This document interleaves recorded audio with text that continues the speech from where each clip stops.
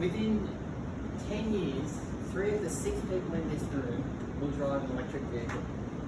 That's a pretty bold claim, isn't it? Based on statistics from the Department of Transport and car sales type websites, it is common that most people drive a car that is 11 years old or younger.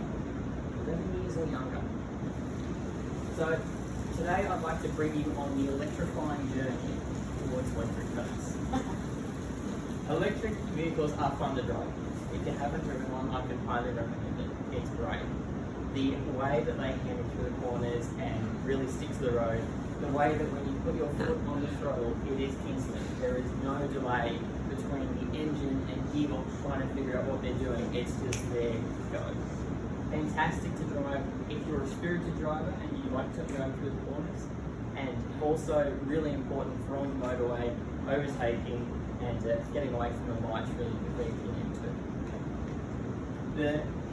The set and forget nature of the EV is fantastic. Second to none. The one thing you won't forget about when you're driving an EV though is the good you're doing, the benefits you're doing to nature, because you aren't emitting any harmful gases and harmful carbon dioxide. It's a fantastic mode of transport that you can feel good about. That feeling will never go away. And if you're charging your EV via electric charger like a solar or a wind charger, then you are really creating a zero emissions type environment. And there is no better feeling than paying nothing and getting a free ride when the old-fashioned way is going up to the petrol station and paying a small fortune for the privilege of having to get around. So getting around town is something that we all have to do. We all have to go out and get to appointments and go places, and it's all something we all have to do. So if you cast your mind back to my speech about high-speed rail, you'll notice that that's never going to happen. We're stuck with personal transport. So we may as well get on board with it. Now the reason why I say 3 out of the 6 in the room are going to be driving an EV is because all the manufacturers are starting to line up and say that. So it's going to be the only option. So if you look around, you've got Volkswagen, Ford, General Motors, Hyundai, Nissan, they're all committed to having 50% of their new vehicle sales by 2030 to be electric. And that is fantastic. That's the options available to you, and it's going to be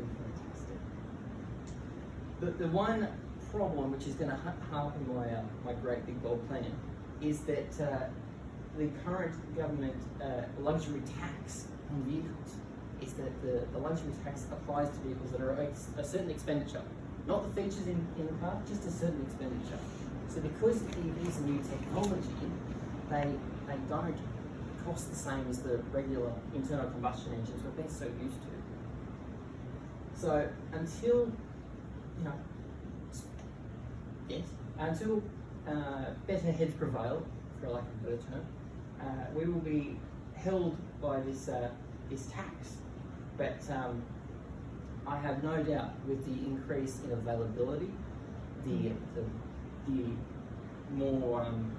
more vehicles on the market lowering the cost, it's going to lead to something where we can sort of move into that EV space.